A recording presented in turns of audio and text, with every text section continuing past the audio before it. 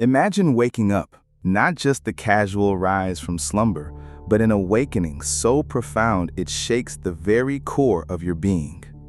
Your eyes open, and the world around you was both familiar and alien, as if for the first time. The light filtering through the window, the sound of birds outside, the sensation of the sheets against your skin, it all feels like something new.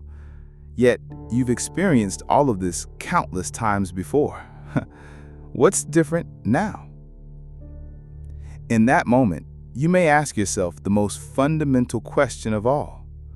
What is this thing we call consciousness? It's a question that has haunted philosophers, scientists, and thinkers for centuries. What is this strange ability to be aware of the world, to reflect on our own existence? How is it that we, mere physical beings, can experience life through a lens of perception, thought, and emotion? The problem of consciousness is not just a philosophical puzzle. It is one of the greatest mysteries of both science and human existence. While the world of neurons, synapses, and brain activity offers some answers, it fails to capture the essence of what it feels like to be, the subjective experience of awareness itself. This is the paradox. We can study the brain, measure the patterns of activity, and understand the processes of cognition, yet we cannot answer the most fundamental question of all. Why do we experience the world through our minds? As we venture deeper into this enigma, we'll uncover the layers of complexity surrounding consciousness. We'll challenge the way you think about your own reality, and perhaps even reveal the truth that has eluded humanity for so long.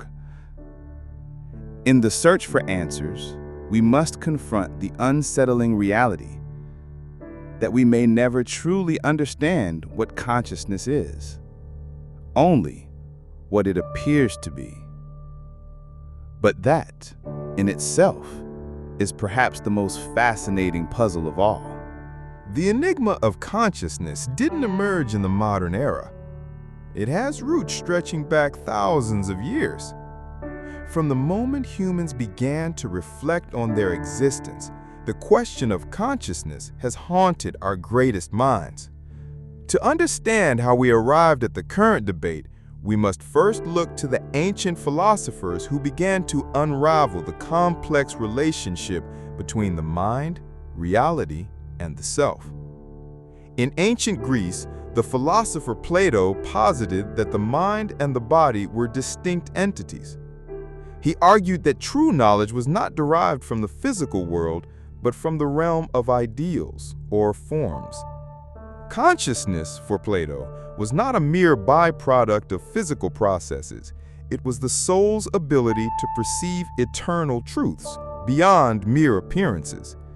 This early conception set the stage for centuries of thought about the separation of the mind and the material world. Fast forward to the 17th century, where René Descartes famously stated, "Cogito ergo sum," I think, therefore I am. This declaration wasn't just a catchy phrase. It was a radical assertion that the very act of doubting or thinking proved the existence of the self. Descartes' dualism, the belief that the mind and the body are separate entities, became one of the most influential theories in Western philosophy. He framed the problem of consciousness as one of mind versus matter. How could an immaterial mind interact with a material body? Descartes' inquiry would shape the debate for centuries to come, particularly the mind-body problem, which still plagues scientists and philosophers today. But as time went on, thinkers like Immanuel Kant introduced a new angle. Kant challenged both Plato's and Descartes' assumptions by arguing that the mind was not just a passive receiver of information, but an active participant in shaping reality. He suggested that our consciousness is bound by innate structures which organize our experiences into the world we perceive. Kant's insight suggested that the very nature of consciousness might not be a reflection of an objective reality, but a construction of our own minds. This idea introduced the concept of phenomena, what we experience, and noumena, the things in themselves, which we can never truly know. As centuries passed, Western thought shifted toward more materialist views. The dawn of modern science brought with it a new way of thinking about consciousness. Thomas Hobbes and later David Hume rejected dualism altogether. They argued that consciousness was simply a product of physical processes. In this materialist view, the mind was nothing more than the workings of the brain, an intricate system of neurons firing in response to external stimuli. However, this shift didn't resolve the question of consciousness. It merely shifted the focus to the physical machinery of the brain, a problem which remains unsolved to this day. The early history of consciousness laid the foundation for the debate that continues in contemporary philosophy and neuroscience.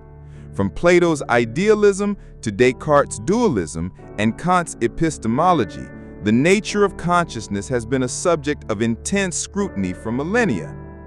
These early thinkers, with their theories and paradoxes, created the framework for understanding the mind, even as they left unanswered questions that would challenge generations of philosophers and scientists alike. The story of consciousness is not one of quick answers, but of a long, winding path marked by twists and turns in thought, each generation building upon the insights of the last. As we move forward, we will see how these early philosophical debates have evolved and continue to influence our understanding of consciousness today. Imagine for a moment that you're sitting in a room, staring at a beautiful sunset. The colors are vibrant, the light shifting through the sky as the day melts into night. Your eyes take in the image, your brain processes it, and yet there's something more. The warmth of the moment, the quiet sense of awe you feel inside, that is consciousness at work. But why do you feel it? Why does the sunset not only exist as an image in your brain, but also as a profound experience in your mind? This is the essence of what philosopher David Chalmers calls the hard problem of consciousness. The question of why and how we have subjective experiences at all. Why do we feel?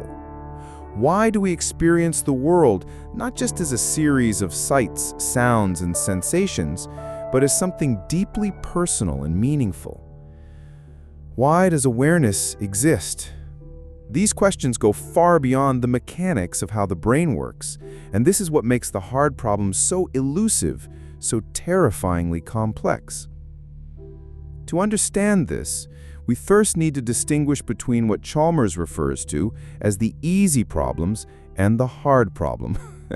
The easy problems are those we can address through science. For example, we can identify which areas of the brain are active when you see something, how neurons communicate with each other, or how your brain processes information.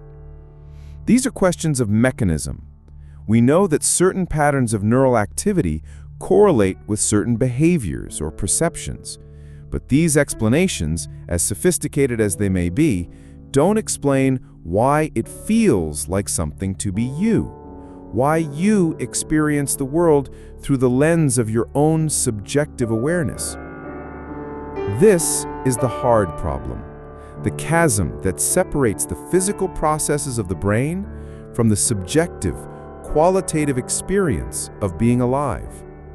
How does a network of neurons firing give rise to the experience of feeling anything at all?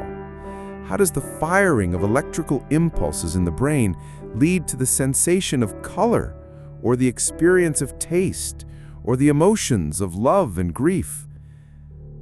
This gap is not one of science, but of philosophy, one that challenges our most basic understanding of reality.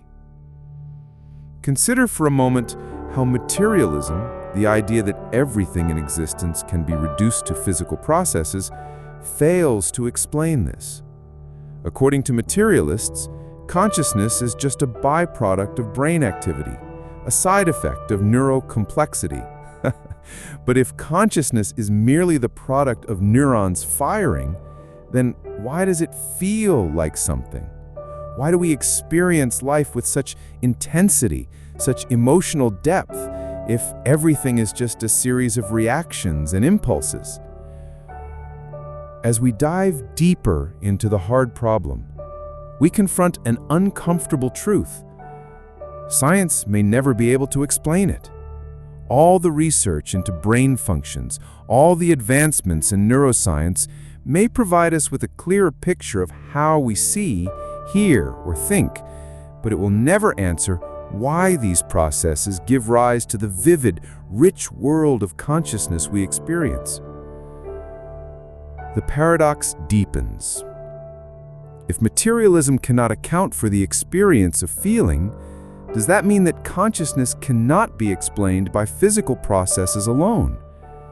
Are we dealing with something outside the realm of science, something that cannot be reduced to atoms and neurons? The tension between materialism and subjective experience grows more apparent with every attempt to solve the hard problem. We've come to understand much about the brain's workings, but we've only scratched the surface when it comes to explaining the feeling of being aware. Perhaps, as Chalmers suggests, consciousness is not something that will ever be explained fully through neuroscience alone. Maybe it's not something we can ever solve, but something we must learn to live with, an unresolvable mystery that resides at the heart of our existence. So, as we stand at the precipice of understanding, we're left with a profound question. If consciousness cannot be explained by science, then what does it mean for us as human beings?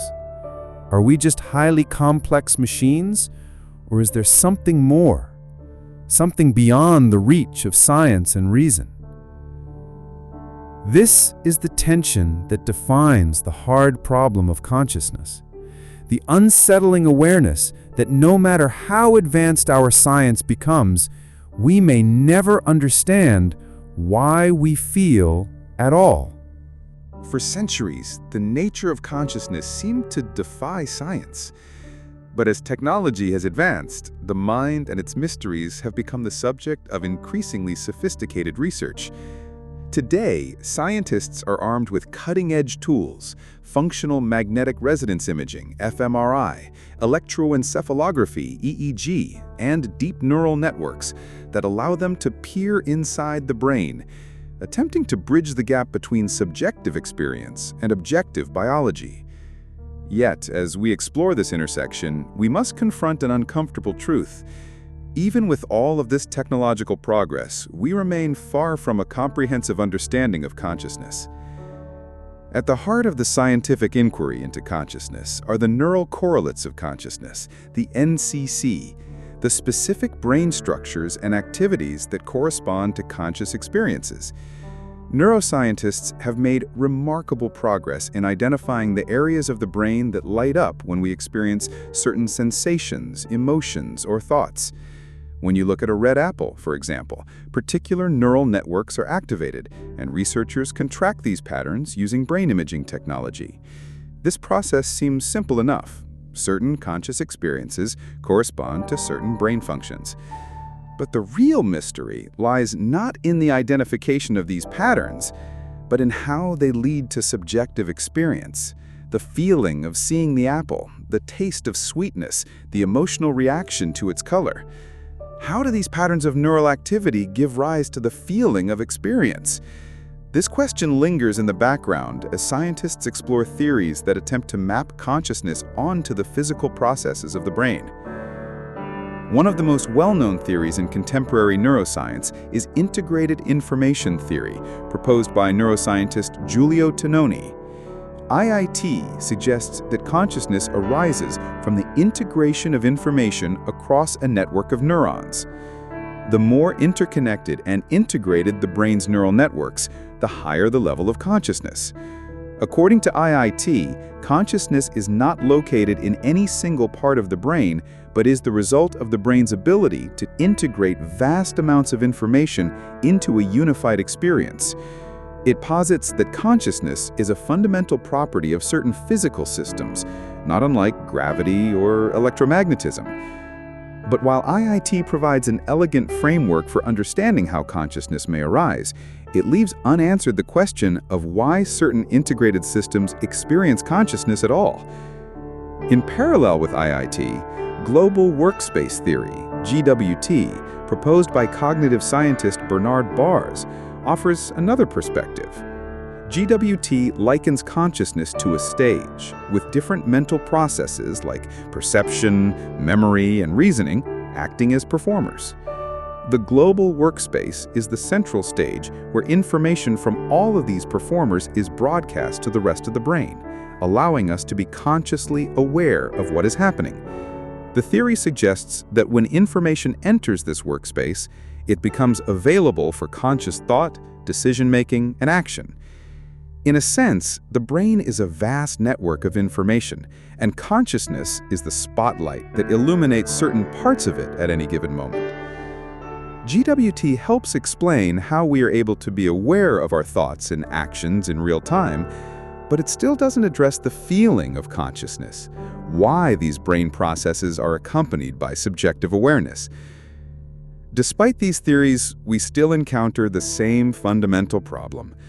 We have no definitive way to explain why certain brain activities lead to conscious experience, and others do not. The NCC, IIT, and GWT all provide fascinating insights into the mechanics of consciousness, but none of them can answer the question of why consciousness exists at all. They map how the brain works in relation to experience, but they don't explain why there's an experience to begin with. This gap between the physical processes of the brain and the subjective experience of being alive presents a challenge that may be beyond the reach of neuroscience. Could it be that science will never fully capture the essence of subjective experience, the qualia that make up our conscious lives? As we unravel the neural networks, as we identify the pathways through which information flows, we are left with the profound realization that understanding the how of consciousness may never lead us to the why. The science of consciousness is both thrilling and frustrating in its uncertainty. We are closing in on the neural processes that correspond with experience, yet the full nature of consciousness remains elusive. As neuroscience continues to make strides, we must ask, will we ever uncover the true nature of what it means to be conscious? Or are we simply destined to circle around the problem, mapping the brain without ever truly understanding the mind? For most of us, the sense of self, the I that experiences the world, makes decisions and reflects on the past, is the most basic and undeniable part of existence. We are conscious beings, aware of our thoughts, feelings, and actions. But what if this sense of self is not the solid, unchanging truth we believe it to be? What if the I that experiences consciousness is an illusion, a byproduct of the brain's complex processes, rather than an inherent feature of reality? This unsettling idea challenges our most fundamental assumptions about our own existence. Modern neuroscience and psychology have begun to suggest that the self may not be as real as we think. The brain, it turns out, is an incredibly sophisticated organ, constantly receiving input from the senses and processing it to create a coherent narrative of the world. But this narrative is not a direct reflection of reality. It is a construct, a model the brain builds to help us navigate our environment. In a sense, the self may be no more than a story the brain tells itself to make sense of its own activity. One of the most thought-provoking thought experiments that illustrates this idea is the brain in a vat. Imagine for a moment that your brain is removed from your body and placed in a vat of life-sustaining fluid. Electrodes are connected to the brain, sending it sensory information that mimics the real world. From the brain's perspective, nothing has changed. It continues to experience the world as it always has, but in reality, it is cut off from the body and everything around it. The question is, would this brain still experience a self?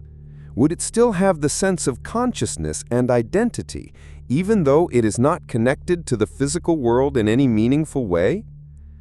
The brain in a vat Thur experiment is a powerful tool for questioning the nature of reality. If we cannot trust our sensory perceptions to give us an accurate picture of the world, what can we trust? How do we know the self we experience is anything more than a complex illusion created by the brain to explain its own processes? Psychological studies support this idea, suggesting that the self is indeed a construct shaped by a combination of cognitive processes, memories, and external influences. The work of psychologists like Daniel Dennett and Antonio Damasio points to the fact that the feeling of being an I is not something we are born with, but something that develops through the brain's interaction with the world. Damasio, in particular, argues that consciousness arises from the brain's ability to create a self-model, a representation of the body's state and its interactions with the environment. This model allows the brain to predict and respond to external stimuli, but it is ultimately a simulation, not a direct reflection of reality. What's even startling is the possibility that our perception of free will may also be an illusion. Research in neuroscience has shown that many decisions are made by the brain before they reach our conscious awareness. In some studies, brain activity predicting a decision can be detected up to several seconds before a person consciously makes the choice. This raises a profound question. If our decisions are being made before we are consciously aware of them, are we truly in control of our actions? Or is the sense of free will merely a comforting story the brain tells itself to explain its own behavior? The illusion of the self challenges us to reconsider everything we thought we knew about who we are. If the self is nothing more than a construct, a series of mental processes working together to create a cohesive identity, then what does that say about the nature of reality itself? Are we simply complex machines, endlessly processing data, with no true I at the center of it all? As uncomfortable as this realization may be, it's an essential part of the journey toward understanding consciousness. The very essence of what it means to be you may not be as real as you think. And yet, even if the self is an illusion, it remains a powerful one, a force that shapes our perception of the world and ultimately how we experience life itself. While the enigma of consciousness is often framed as a personal, internal experience, its implications reach far beyond the individual. Our consciousness, individually and collectively, shapes the very structure of society, our politics, our social norms, our cultural values. In a very real sense, the way we perceive the world influences how we interact with each other, and in turn, how power is distributed and controlled. One of the most fascinating aspects of collective consciousness is the idea that societies create a shared understanding of reality. This shared consciousness is not a literal merging of minds, but a collective framework of beliefs, values, and perceptions that dictate how individuals view the world. Cultural narratives, ideologies, and historical narratives are passed down through generations, shaping not just the individual's perception of reality, but also the larger social order. This collective consciousness defines what is accepted as true, moral, or desirable, and serves as a foundation for social norms and laws. In psychological theories, such as those proposed by Carl Jung and Sigmund Freud, our collective consciousness is not just shaped by rational thought, but by unconscious drives, archetypes and deep-seated beliefs ingrained in society's fabric. For Jung, this collective unconscious exists beyond the individual psyche, representing shared human experiences, myths, and symbols that influence our perceptions and actions. On a societal scale, these archetypes are reinforced through cultural institutions, media, religion, education, and are passed down from generation to generation, deeply influencing how people think, behave, and interact. Yet, as powerful as shared consciousness is, it also holds the potential for manipulation. Throughout history, the control of collective consciousness has been a powerful tool for those in power. From the propaganda of totalitarian regimes to the subtle ways in which media shapes public opinion, the manipulation of consciousness can serve to reinforce existing power structures and even rewrite history. Take, for example, George Orwell's dystopian vision in 1984, where a totalitarian regime controls the minds of its citizens through propaganda and the deliberate alteration of historical records. The ruling party controls not only the external reality of its people, but their internal perceptions as well, creating a reality where facts are constantly rewritten to suit the needs of those in power. This manipulation of consciousness, the power to control what people think is true, even to the point of controlling the very memories they hold, becomes the ultimate form of social control. In the real world, we see similar patterns in the ways media and political rhetoric can shape public consciousness. In the age of information, the spread of ideologies and narratives is faster and more widespread than ever. Social media, news outlets, and entertainment serve as the new thought leaders, guiding the collective consciousness in directions that serve specific political or corporate interests. Advertisers, political campaigns, and even social movements shape how we perceive ourselves and our world, reinforcing certain beliefs while suppressing others. The consequences of this are far-reaching.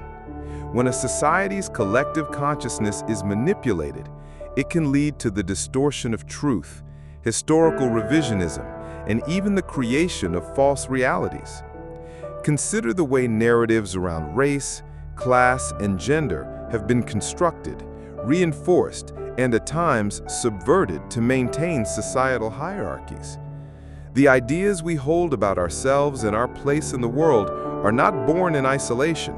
They are shaped by the larger cultural forces at play, forces that are not always as neutral or benign as we might hope. As we examine the relationship between consciousness and society, we are confronted with a sobering reality. Consciousness is not just a personal phenomenon. It is a force that shapes and is being shaped by the structures of power around us. Understanding how consciousness operates on both an individual and societal level allows us to see how deeply interwoven our perceptions are with the world we live in, and how easily those perceptions can be influenced, twisted, and controlled. As we peer into the future, the question of consciousness takes on new dimensions, entangled with emerging technologies that could radically alter our understanding of the mind and the nature of self-awareness itself.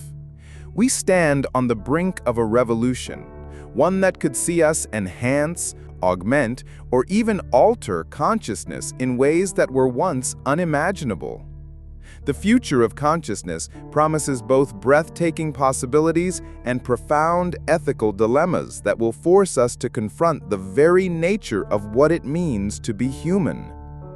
At the heart of this transformation lies artificial intelligence. Already, AI has revolutionized our world in countless ways, but its future potential is far more profound. We are inching closer to the creation of machines that can not only mimic human thought, but could potentially achieve something akin to consciousness. If machines can become conscious, what does that mean for our own sense of identity? Will we, as creators, become the creators of beings with subjective experiences, capable of thought, emotion, and self-awareness? And if so, will they share our experiences or form their own, entirely alien consciousness? The philosophical implications are staggering. But even before we confront the question of machine consciousness, we must address the growing field of neurotechnology, which is already pushing the boundaries of what we consider possible. Brain-computer interfaces, BCIs, are allowing humans to control machines with their minds, and neuroprosthetics are helping restore lost senses and movement.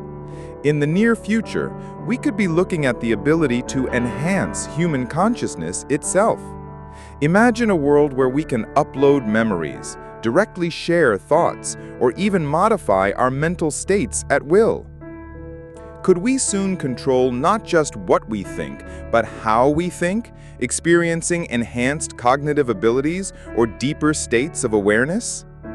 This raises critical ethical questions. Should we strive to enhance our consciousness, even if we have the technology to do so? There's something deeply unsettling about the idea of altering the very nature of our being, of changing how we perceive the world and ourselves.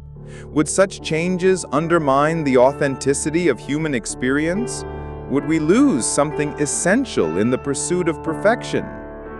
These questions are not theoretical, but increasingly relevant as technology accelerates. How much should we tamper with the fundamental aspects of what it means to be conscious? Can we enhance consciousness without diminishing its intrinsic value? As we continue to explore these possibilities, we are forced to confront an even more existential question. What happens when consciousness itself can be transferred, replicated, or even replicated in a digital environment? The idea of uploading our consciousness into a machine to live forever or experience life in a completely different form has long been the stuff of science fiction. But with advancements in neuroimaging and brain mapping, the possibility of transferring consciousness into a machine may no longer be a mere fantasy. Would we still be ourselves? Could we even recognize the essence of what made us human? These advancements, while thrilling, open a door to the profound unknown. In trying to understand consciousness, we may find ourselves walking a fine line between exploration and exploitation. In the quest for artificial consciousness, the more we learn, the more we realize how little we truly understand. Can we ever truly replicate the feeling of being alive? Will these new forms of consciousness, both human and artificial, be subject to the same limitations and mysteries as our own? Or will they transcend the very essence of what it means to be conscious? The future of consciousness is filled with both promise and peril, with the potential to expand the very definition of what it means to be alive. Yet as we move toward this uncertain future, one thing is clear.